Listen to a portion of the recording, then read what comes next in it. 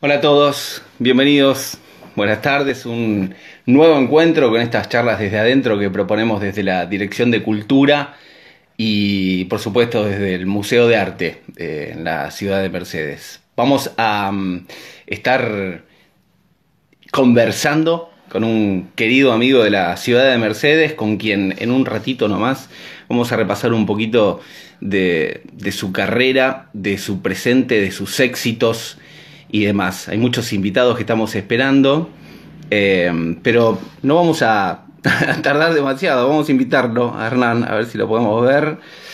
Eh, Creo que ya está conectado. Quedaría que él acepte y podamos charlar un ratito en esta tarde mercedina y también en esa tarde porteña. Hola Gordi, ¿cómo estás? ¿Qué haces, querido? ¿Todo bien? Bienvenido, ¿cómo andas? Muy bien, muy contento de verte. Qué suerte, qué suerte. La verdad para mí también es un placer, un orgullo. Hacía rato que quería charlar un ratito contigo. ¿Cómo te pintó la cuarentena? ¿Qué onda? Bueno, seguís creando, pero ¿qué onda desde lo anímico? Bien, por suerte me encontró en un matrimonio feliz. Bien, no es Yo poca creo cosa. no, es lo más importante de todo. O sea, podía haber sido cualquiera, podía haber sido el peor momento de la vida y sin embargo entró justo el confinamiento en una relación fructífera y entonces eso me parece que ya no importa tanto nada más. O sea, lo Claro. más complicado de todo es eso, me parece. Veo mucha gente que no tiene ganas de estar viviendo con quien tiene que vivir y eso me parece que, más allá de que algunos tengan falta de laburo, el otro sea muy hipocondríaco o Sí, persecuta con el tema de la salud, si no estás adentro de la misma casa con gente que tenés ganas de estar, es una cagada.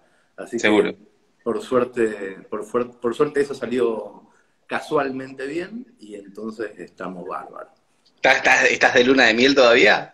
No, no, tenemos una hija de tres Sí, claro. años y un par de perros, pero hay conversación, hay fluidez. Bien. Hay No, espectacular. fluidez, jugamos a cosas, tenemos ganas de estar donde estamos. Entonces, me parece que todo lo demás pasa a segundo plano. Seguro. Vamos a charlar un poquito, tal vez lo hacemos de manera un poco cronológica, pero lo primero que quiero que me cuentes tiene que ver con ese momento en el que estrenás el traje de escritor. Te he escuchado muchas veces decir que te considerás escritor a partir del momento en que escuchás que Roberto se está cagando de risa de un texto que vos escribiste. Sí, sí. Me gustaría saber la foto. ¿Qué imagen tenés de ese momento? ¿Qué captaron más allá de tus oídos, obviamente, y tus sentimientos, tus ojos? ¿Dónde estabas? ¿Qué onda? Tiene que ver más que nada con la confirmación paterna. O sea, yo no la tenía, o sea, mi viejo no tenía mucho interés en que yo fuera para ese lado, justo, me imagino que por desconocimiento de él. Entonces, Roberto era un tipo muy deportista y entendía que mi hobby tenía que estar por ahí y no en la lectura, ni mucho menos en la escritura. Hoy lo entiendo, porque me parece que él no podía compartir con su hijo esa otra cosa. En cambio, ir al Club Mercedes, ir a la liga a jugar al tenis, sí, lo podía compartir y entonces me tiraba para ese lado. Yo estaba haciendo, creo, Juan, que en La Ventana, cuando Sí. vi que mi viejo se reía de algo que yo había escrito. De hecho, yo estoy casi convencido de que mi beta humorística dentro de mi literatura e incluso el costado deportivo dentro de mi literatura tiene que ver con mi viejo.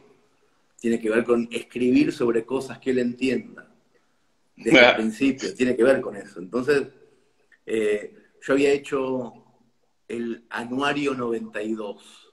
Adentro era un dossier adentro de la revista La Ventana, en donde agarraba todas las noticias que habían pasado en el año en Mercedes y las desvirtuaba, las llevaba a un lugar surrealista. Eh, Cosas muy chistosas, muy chistosas. Y, y dejé la revista, cuando salió de imprenta, la dejé en el canasto de la ropa, enfrentado al inodoro, que es el único lugar donde Roberto leía mientras cagaba. Y entonces yo estaba en otro lado de la casa, mi viejo entró a cagar y sé que agarró eso. Y yo me quedé esperando hasta cuando escuché la primera carcajada, dije, listo, ya está, lo tengo. O sea, entendió lo que hago.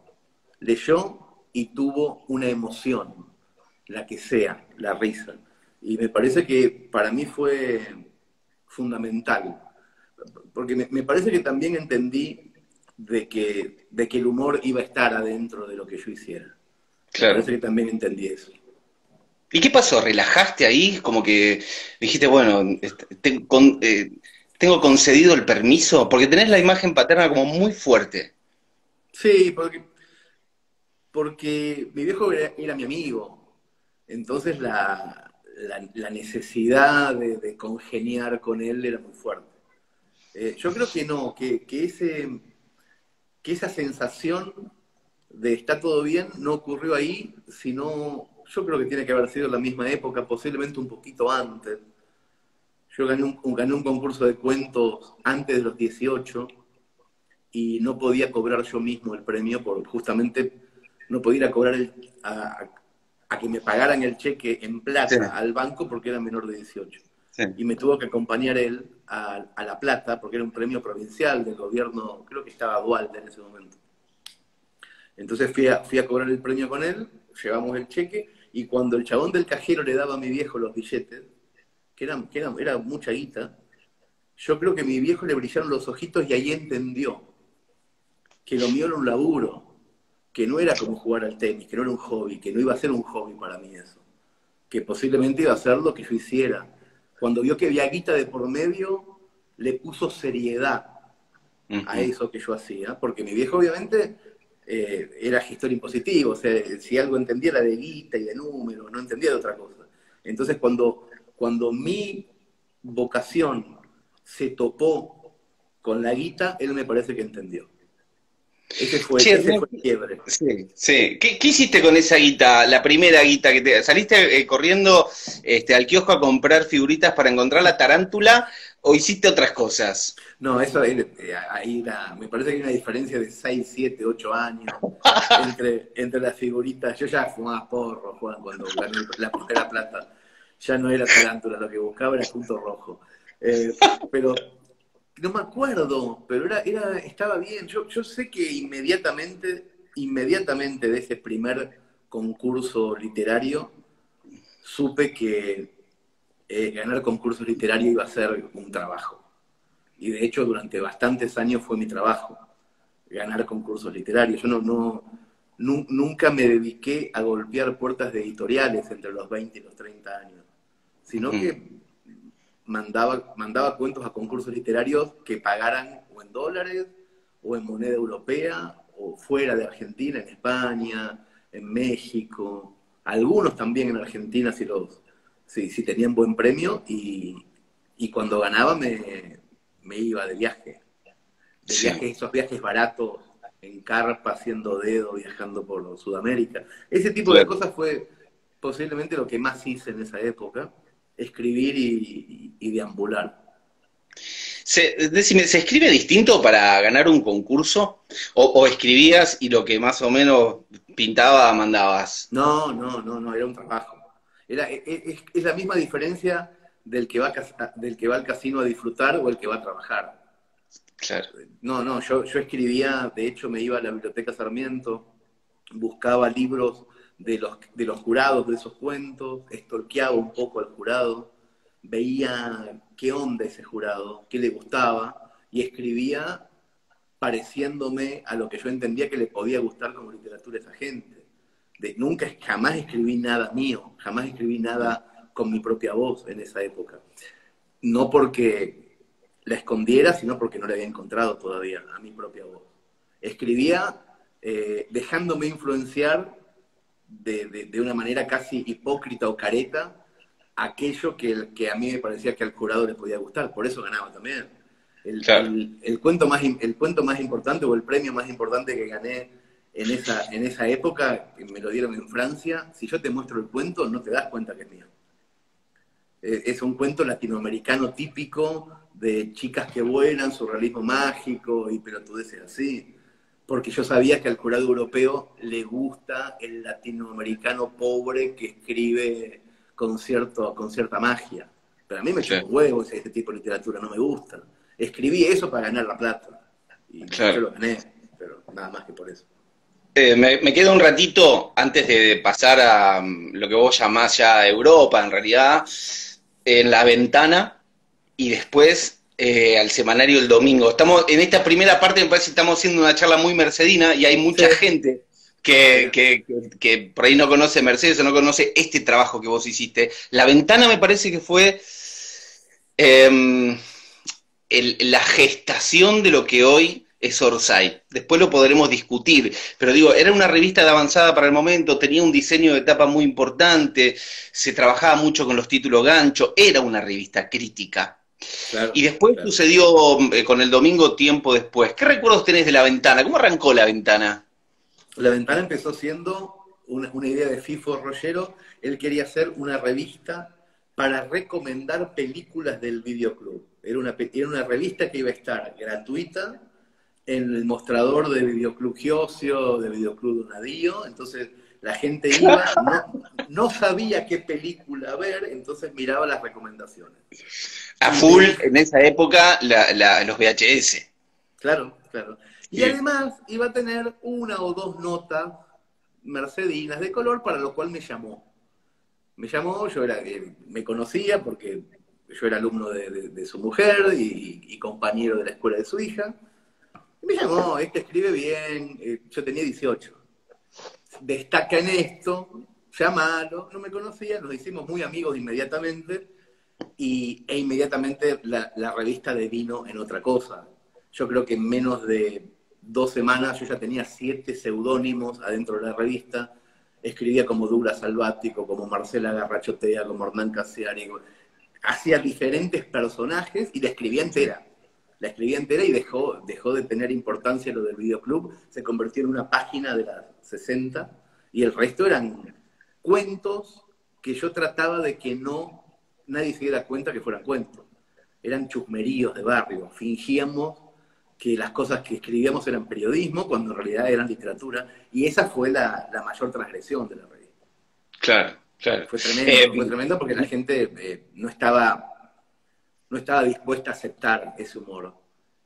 Sí, Y no. entonces había amenazas, era muy divertido, muy divertido. Es que era realmente innovadora en su manera de contar y en los temas. Y me imagino que con FIFO vamos a contarle a los hasta ahora 200, casi 30 personas que nos están mirando. FIFO fue un gran artista en la ciudad de Mercedes, un tipo muy reconocido, muy respetado, que me imagino te ha dado vía libre, digamos, ¿no? Capaz que no sé si chequeaba los textos, pero te apropiaste de su producción, de La Ventana, No, no, ¿no? no solamente que sí lo chequeaba, sino que yo era una extensión de las piernas que no tenía.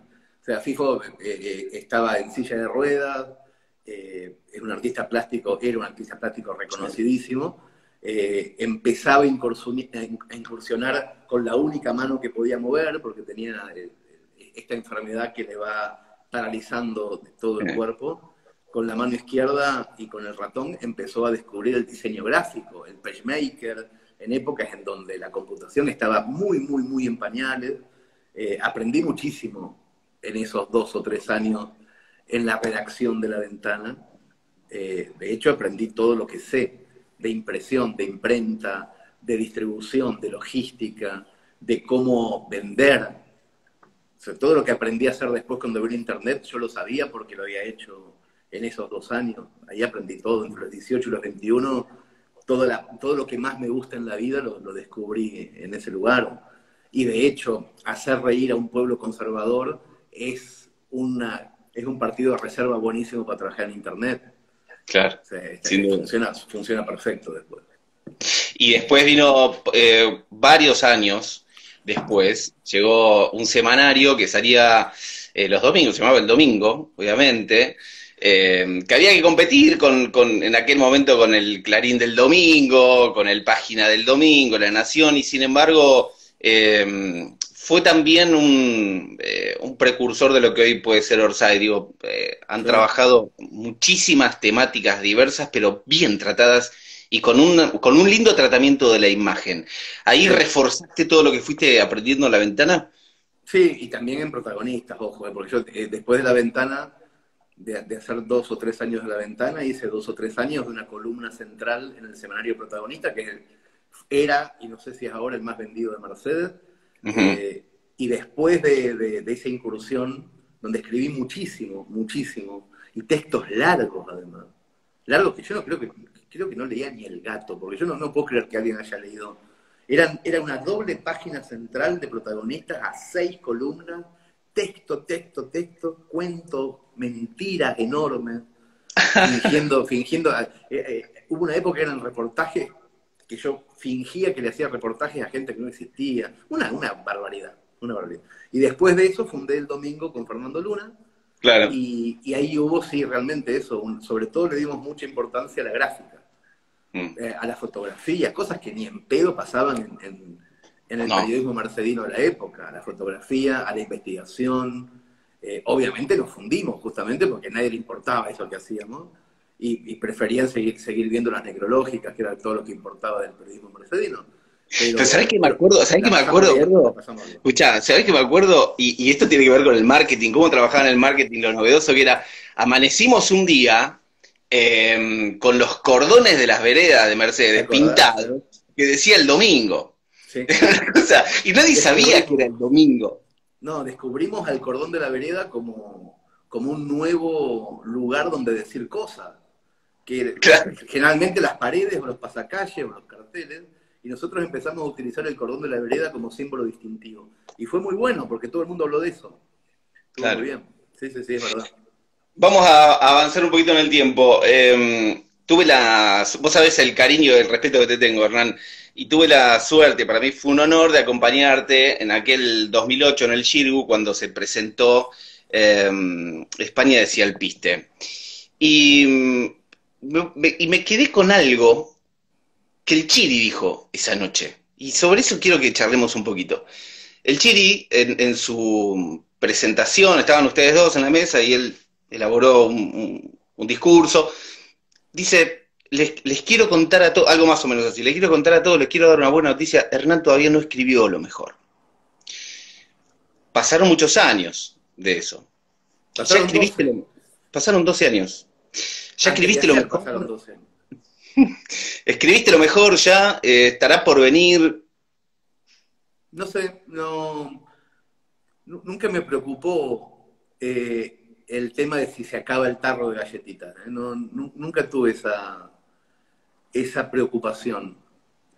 Yo creo que cuanto uno más viejo se va haciendo, no en la escritura, sino en cualquier cosa, va ganando una experiencia mucho mayor.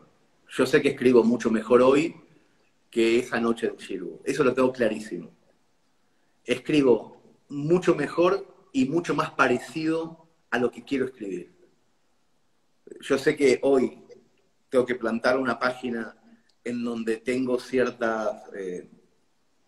a priori, ciertas ideas que quiero que el otro sienta determinadas cosas. Hoy lo puedo hacer con una experiencia mucho mayor que hace 12 años o que hace 20. Lo tengo clarísimo. Ujú. Sin embargo, hace 12 años ya habías encontrado tu voz. No, bueno, unas cosas es encontrar la voz, que eso me pasó entre los 30 y los 33.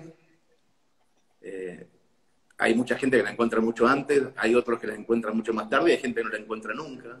Mm. Encontrar la voz es, para el que no tiene mucha experiencia en la literatura o en cualquier cosa, encontrar la voz es saber rápidamente de qué manera uno dice lo que tiene ganas de decir. Y que eso que uno dice, cuando el otro lo escucha o lo lee, puede decir, esto lo escribió tal. Ujú. Eso es encontrar la voz, es tener un sello distintivo, digamos. Yo ese sello lo encontré cuando perdí la esperanza. Yo entre los 20 y los 30 quería ser un gran escritor, quería ser un escritor inteligente, entonces me salía todo para el orto, porque cuando tenés esa tremenda pretensión, tenés al mismo tiempo una presión muy grande. Cuando me fui a vivir a España, perdí esa presión, dije, bueno, tendré que laburar de otra cosa, y la literatura se convirtió en un hobby. Empecé a escribir un blog, que es una pelotudez, empecé a escribir textos que solamente entendían los mercedinos, porque lo escribía solamente para un grupo de amigos. Y en ese momento, cuando ya no la buscaba, encontré mi voz, que es mi voz de hoy. Escribir de una manera simple, muy cercana a la oralidad, sin demasiado barroquismo, sin alardeos literarios, intentando casi exclusivamente que el otro entienda lo que estoy contando. Esa es mi voz. Es una voz muy parecida a mi voz verdadera, a la voz que utilizo cuando converso. Eso es una cosa. Encontrar la voz tiene mucho de suerte y mantenerla tiene mucho de oficio. Que yo hoy pueda escribir con simpleza es complicadísimo. El trabajo que requiere hacerle creer al otro que escribo simple es muy complejo. O sea, no es fácil escribir simple. Si no, todo el mundo estaría escribiendo bien o simple, digamos. Sí. Es un trabajo.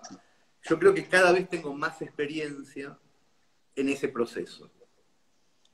Puedo hacer cualquier cosa con eso a los 50 años. Y yo creo que a los 60 ya puedo hacer mucho más.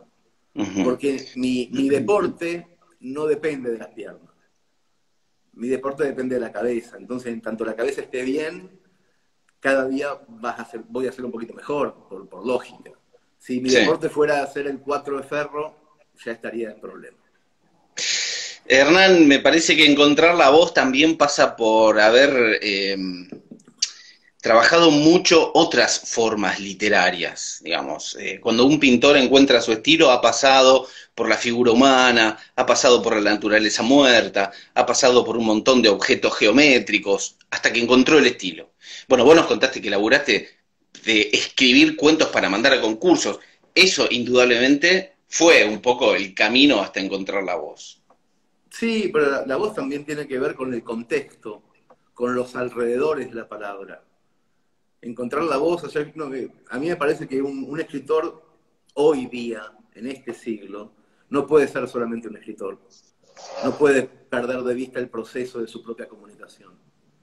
No puede ser un tipo que escribe, entrega y se desentiende. Eso sería un escritor del siglo XVIII, del siglo XIX, principios del XX. Pero llega un momento en que no. A mí me parece que lo que te decía hace un rato, para mí la verdadera escuela fueron las redacciones caseras de Mercedes. La Ventana, El Domingo, Protagonista. Para mí eso fue fundamental. Entrar a la imprenta de Villalba a las 3 de la mañana con los pliegos, antes de la existencia del escáner, pegar las publicidades de Andar Libre con pegamento blanco y después escanearlo. ¿Viste? Para mí eso fue comunicación pura. Después ver el proceso de todo eso, ir a Rodríguez a hacer la tapa porque era más barato el papel brillante en Rodríguez que en Mercedes, volver en tren con no sé, toda esa, el doblado de las hojas, el engrampado. Para mí todo eso sigue siendo la literatura. Claro. Para mí no es el trabajo de otro ese. El día de hoy, hoy se puede entender por lógica de que me va muy bien, de que vendo muchos libros, de que soy director de una revista de cultura, pero yo te juro que esta mañana estuve embalando mi revista en la cochera de casa, porque me gusta, claro. porque me divierte ese trabajo, porque el trabajo de la imprenta me interesa, claro. No es solamente escribir. Si fuera solamente escribir, me cagaría de aburrimiento, no es lo único. Hay mucho de artesanal, claro. De estas cosas de pueblo, que es, a ver, me quedo un rato, vamos a quedar un rato palabra pueblo, porque en pueblo, uno dice pueblo y causa cierta ternura, ¿no? Soy un chico de pueblo. Pero cuando viene otro y le dice, vos dices un pueblo, ahí saltamos y decimos, no, de ciudad. ¿Entendés? Tenemos 60.000 habitantes, es lo mismo que pasa en la familia, que vos podés decir de tu vieja lo que quieras, pero que no venga otro a decirlo. Es lo mismo. Claro, sin duda. Y aparte tenemos muchas celebridades como para compartir. Claro, yo puedo decir que Mercedes es un pueblo de mierda, conservador, pero lo puedo decir yo, con todo el amor del mundo. Que no venga un lujanero a decir nada porque lo cagamos a papo. obvio, claro. Pero pasa, en todos los pueblos pasa esto. Siempre, claro. Te escuché decir que fuiste un tipo con suerte en esto de tu carrera como escritor, eh, pero que hay un trabajo creativo que obviamente tenés. Tú dijiste, pero muchos tienen esa creatividad. Conozco a mucha gente que tiene esa creatividad y hoy hacen otras cosas o pierden el tiempo haciendo otras cosas.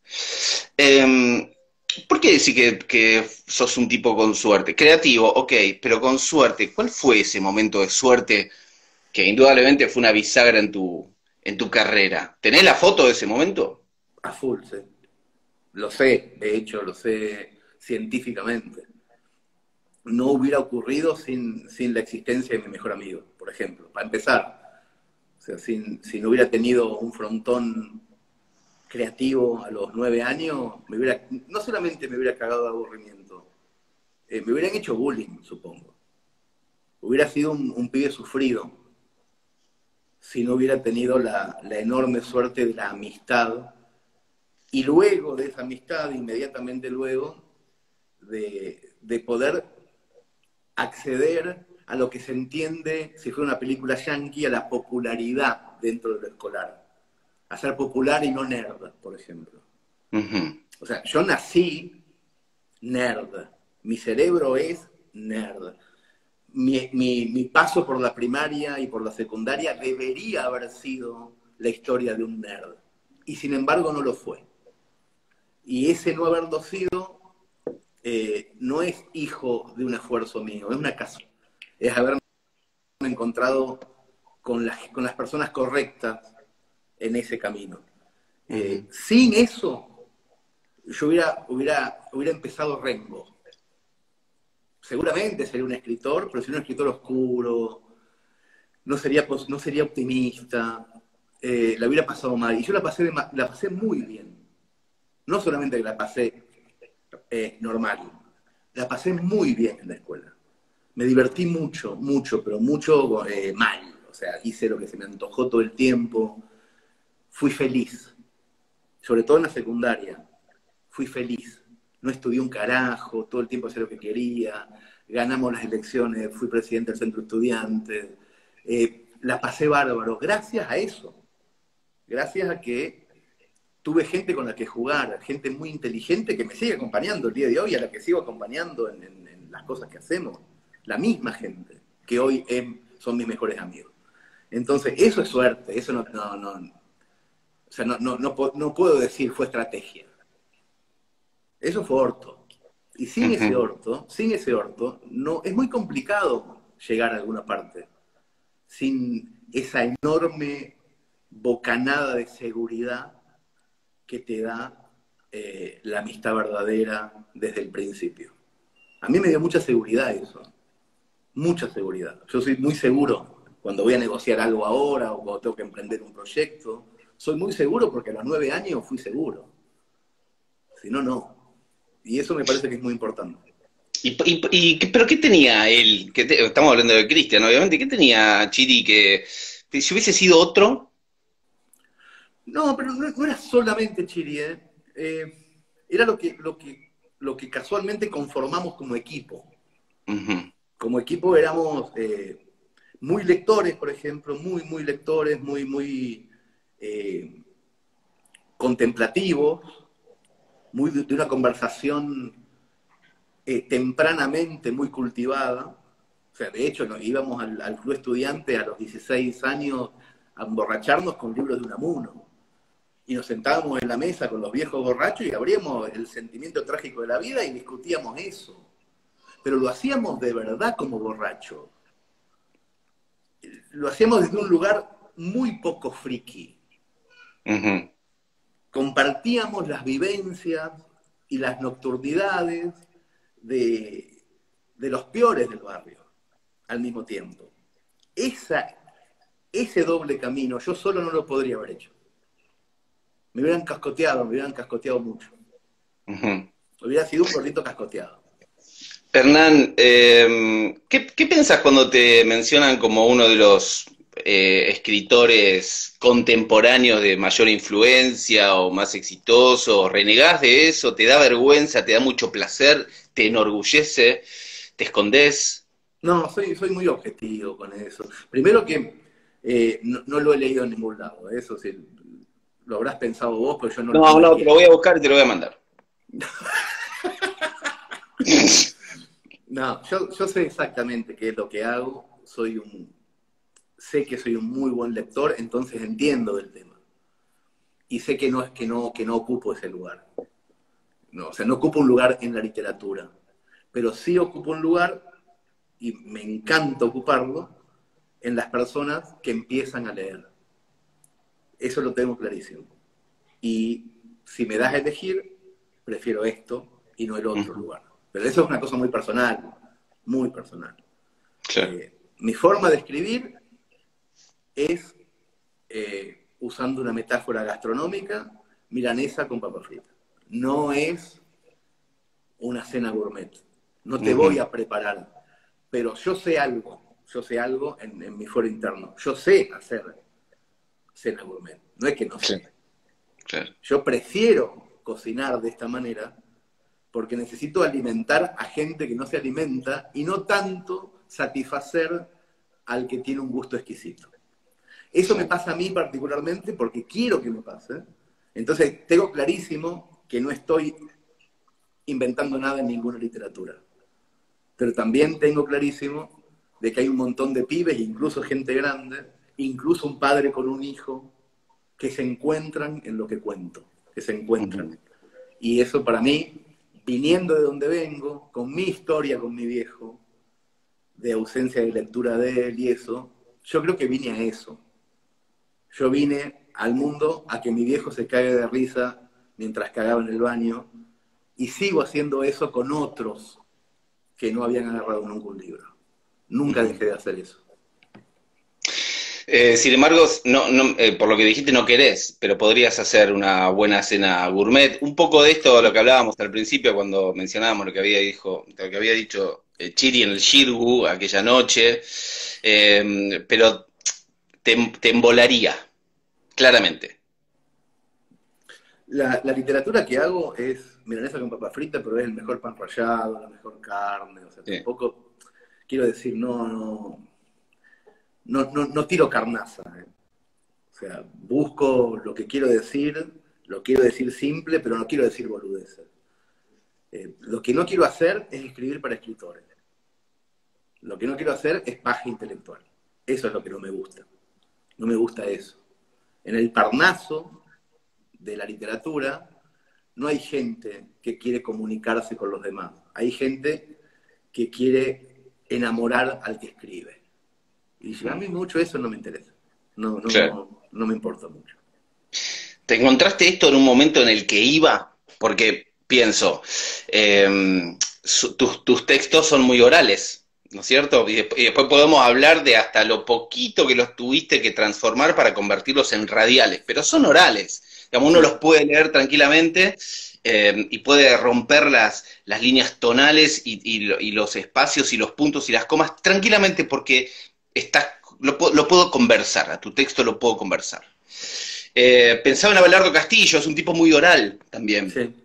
Eh, la literatura hoy pasa por ese lado. De un tipo que no escribiera de esa manera, no tendría lectores.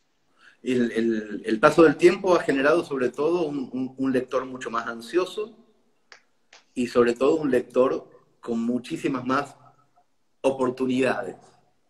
En el siglo XIX, a las 7 de la tarde, bajaba el sol, tenías un sillón y tenías una vela y tenías un libro y no tenías ninguna otra oportunidad como lector. Entonces a Dickens no le costaba tanto. Dickens podía empezar una novela con 4 páginas de descripción, describiendo la casa del protagonista durante 4 páginas, porque sabía que el lector tenía una vela, un sillón y un libro, y Ujú. nada más. Nosotros hoy nos sentamos a pensar una historia y sabemos que el lector tiene Netflix, 18 pestañas abiertas en Chrome, porno gratis, Bueno, no podés estar 4 páginas describiendo la casa del protagonista. Esa es la diferencia. La diferencia no, el cambio no lo genera el narrador, el cambio lo genera el que recibe, el receptor del mensaje, es el que genera el cambio. Y uno también es receptor de mensajes, y uno también es ansioso, y uno también tiene 18 pestañas del Chrome abiertas. Entonces, más o menos sabés. Un escritor que hoy se sienta y durante 4 páginas describe una casa, yo creo que ya no es buen lector del mundo. Ya no sabe leer el mundo. Por eso hace eso. Porque se perdió. Ya no le está hablando a sus contemporáneos. O escribe para él mismo, o está loco. Pero ya no se puede escribir como se escribía hace 100 años, porque el mundo ya no está en ese lugar. ¿Y cuándo cambió? Y ¿Cuándo cambió? Eso cambió, eso cambia minuto a minuto. Minuto a minuto. Obviamente la masificación de Internet tuvo muchísimo que ver, pero antes también pasaba. O sea, no es que de repente pasó. En el siglo XIX no existía la literatura juvenil, ni la literatura infantil. Los libros eran libros, no estaban segmentados. Pinocho era una novela de 400 páginas. Collodi no la escribió para niños. Después, un día, a finales del 19, principios del 20, las editoriales empezaron a segmentar esta es literatura juvenil, esta es literatura buena. Lo mismo pasó con los shampoos. Antes había un shampoo solo, ahora hay shampoo para cabello crespo. Es mentira, se llama segmentación y es un invento de marketing. La literatura es literatura, pero ahora tenemos todo parcelado. Esa parcelación fragmenta y también divide en la familia. En el siglo XIX se sentaba el padre con un libro que se llamaba Aventuras de Tom Sawyer y lo leía en voz alta al hijo de 4, al de 6, al de 17, y a la madre y al abuelo, y esa literatura era una literatura. En el siglo XX tenés Harry Potter por un lado, para el chico de 14, tenés una cosa para la mamá que lee cosas de mujeres, novela romántica, y esa segmentación le hizo muy mal a todo también, porque impidió la conversación después de la lectura también. No se sentaron después a conversar. Gracias a Dios aparecieron cosas que unificaron de vuelta a la familia, en una historia, por ejemplo, Los Simpsons. Los Simpsons volvió a poner a diferentes generaciones cagándose de risa de lo mismo, como pasaba en el siglo XIX con Mark Twain. Pixar también hizo eso. Claro. Unificó con Toy Story o con todo lo que se te ocurra, hizo que el grande fuera al cine con el chico, pero no acompañar al chico. También él, empezaron a ocurrir los niveles en las tramas, el nivel bajo, el nivel medio, el nivel alto. Entonces, estamos en un punto buenísimo, donde todo el mundo escucha, ve más historias, y hay alguna gente que sigue entendiendo que leer es lo importante, cuando ya no es tan importante leer, sino que se puede escuchar, se puede mirar. O sea, lo importante es que te cuenten una historia y que te vuelen la cabeza.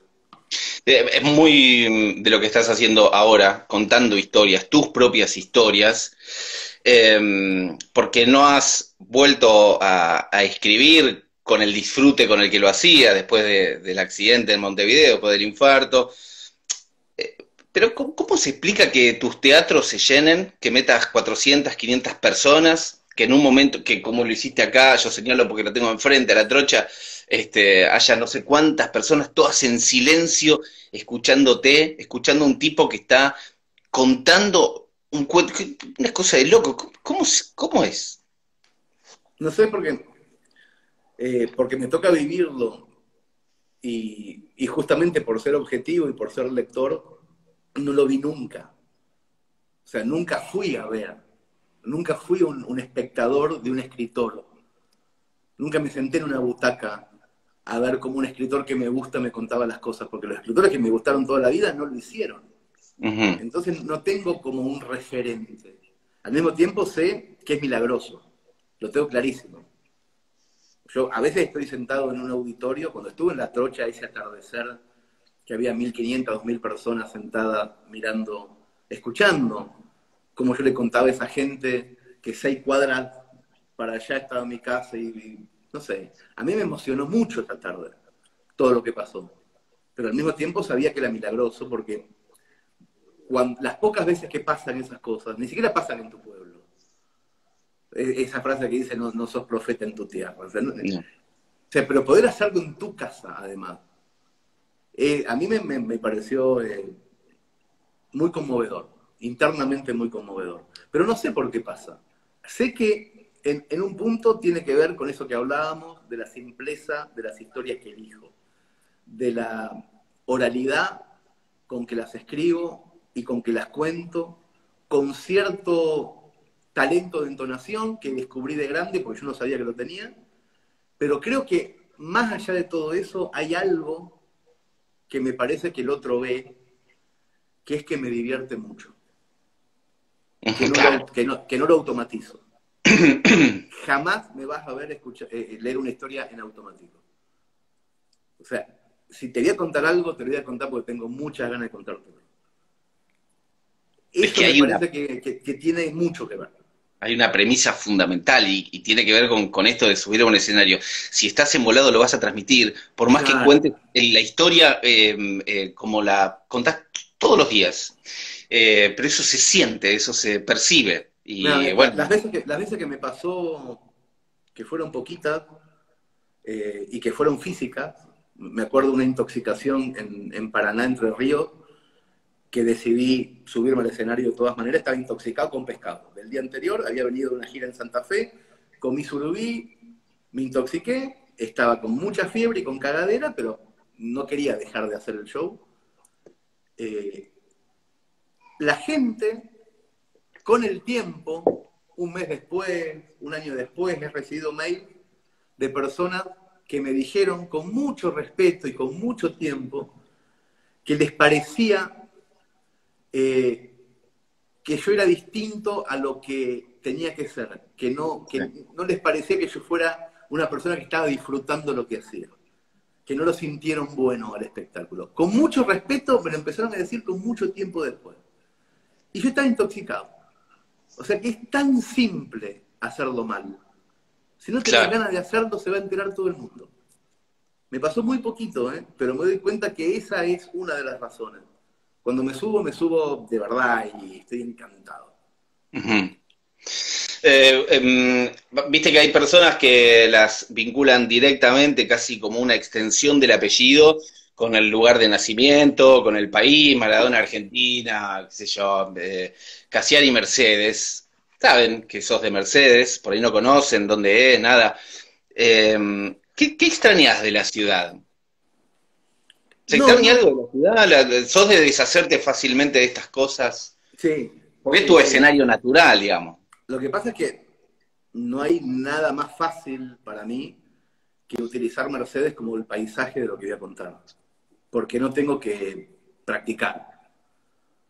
Si yo quiero poner una historia en algún lado, la voy a poner en Mercedes porque es el lugar donde me siento más seguro para contar. Claro. Es mi escenografía. Y mi escenografía ya no es más la verdadera ciudad. Mi escenografía es lo que tengo acá de la ciudad. O sea, no extraño nada porque lo recreo cuando quiero. Claro. Entonces no sé, no me pasa lo mismo que me pasaba cuando vivía en Barcelona respecto a la Argentina. Ahí extrañaba de verdad, o sea, extrañaba hacer un zapping y que no apareciera Crónica TV nunca. Extrañar es extrañar lo cotidiano, lo de todos los días. En este momento, por ejemplo, extraño un montón a mi hija grande que vive en Barcelona, que siempre nos hemos visto como muchísimo cada 2 meses, y ahora hace 4 que no nos estamos viendo, y yo le decía el otro día, porque hablo todos los días con ella, o sea, no es que extraño hablar con vos, porque estamos hablando, extraño levantarte a las 12 del mediodía porque no te podés levantar. O sea, extraño entrar a la pieza de acá al lado y decir, boluda, son las 12, ¿qué haces durmiendo? Eso extraño, lo cotidiano. Y en cambio con Mercedes no me pasa eso. Bueno, perdóname, muy Cassiari eso, ¿no? Sí, sí, claro. Estar durmiendo hasta tarde, ya no por ahí, pero... Obvio, obvio. Es Cassiari, pobrecita.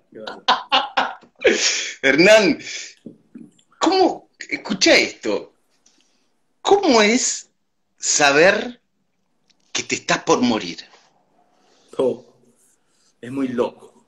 A mí me pasó hace 4 o 5 años, no de sospechar que me estaba muriendo y que capaz que había una posibilidad de salvarme. Hubo un momento en el medio del infarto donde yo con toda seguridad sabía que me estaba muriendo.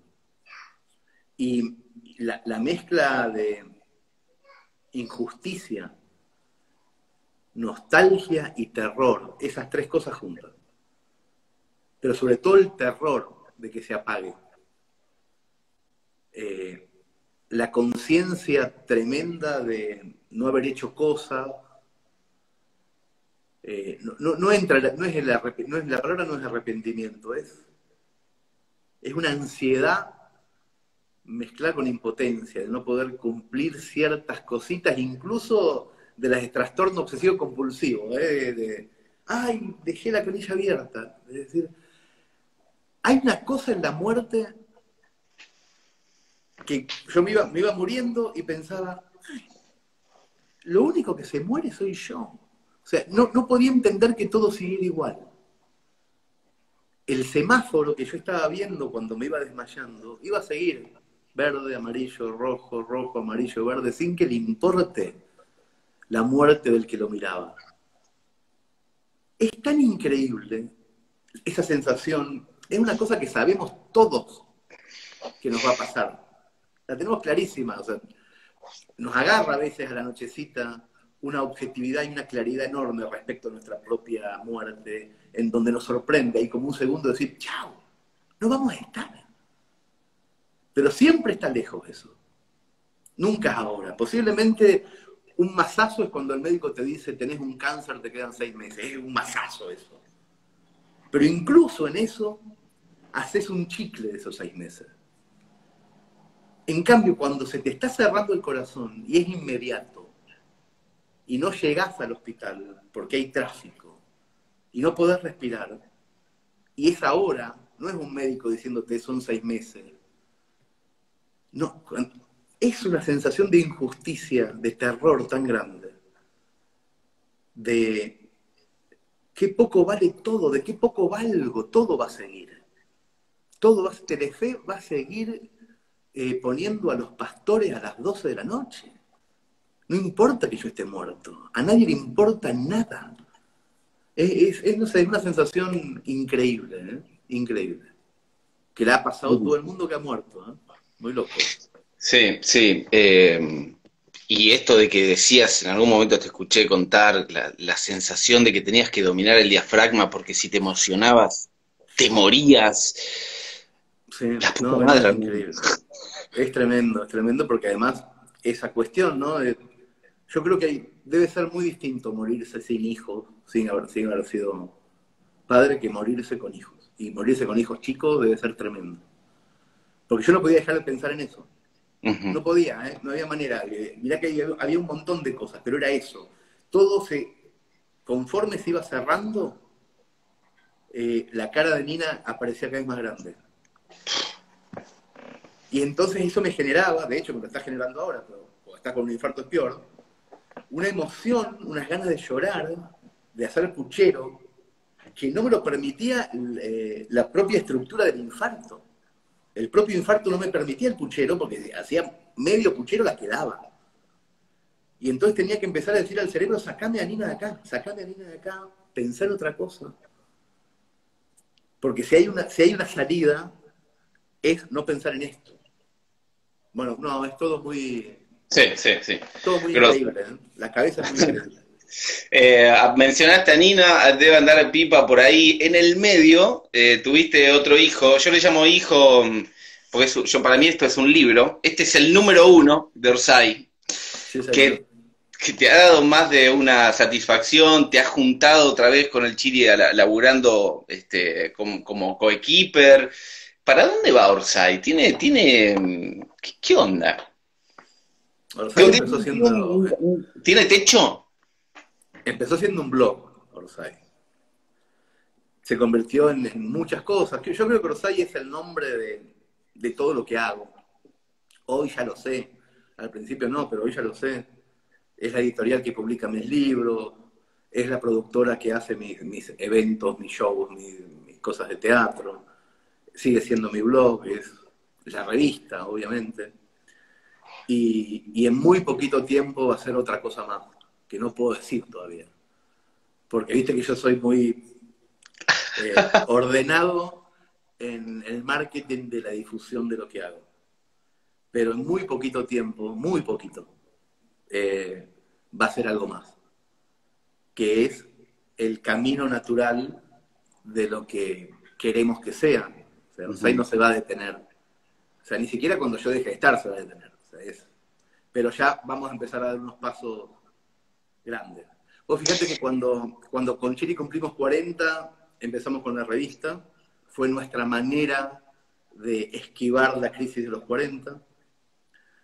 Lo hicimos en la cancha de la Liga, el número 1. Sí, claro, en un picnic maravilloso.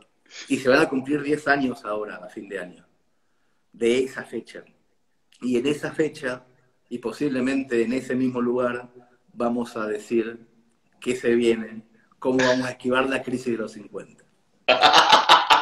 ¡Qué genio! Bueno, Hernán, no te vamos a quitar más tiempo. Me encantaría contarte, porque es ideal, pero te lo voy a contar en privado después. No lo puedo contar. Escuchá, me voy a quedar con una imagen del picnic. Le voy a contar a los 400 que estamos acá que el gordo armó un picnic en una cancha de fútbol, en el estadio de la Liga Mercedina de Fútbol, cuando los picnics ya nos hacían hace como 10 años más o menos. Sí. Vino gente de todos lados con su termo, con sus facturitas, con sus sanguchitos. Nos sentamos todos en el césped a ver la presentación del número 1. De literatura. Qué increíble, una cosa maravillosa. Gordo, te agradezco un montón, hermano. Muchísimas gracias por haber compartido este espacio. En muchos comentarios te cagaron a pedo porque dijiste que no ibas a ser más vivo. Yo realmente lo desconocía. Si lo hubiese sabido, tal vez no te invitaba. No, es así. Yo te voy a explicar. Tenés tu derecho a réplica. Deféndete. No, es que no es un derecho a réplica. Me invitan a 750 vivos de Instagram por segundo, gente que no conozco, que no sé quién son y que no me importa. Hablar con vos para mí no es hacer un vivo en Instagram. Hablar con vos es hablar con vos. O sea, siempre te voy a decir que sí, a cualquier cosa. Con vos no me importa el formato, eso es lo que hay. Y eso lo tiene que entender todo el mundo. O sea, ¿qué me importa dónde me invitás? Me invitás vos. No es lo mismo. Son cosas distintas. Así que esa es la respuesta, digamos. Te quiero, Gordi. Yo también, Juancito. Gracias. Chao, hasta pronto. Cuando vos quieras. Gracias por estar. Chau, chau. Chau a todos. Muchas gracias.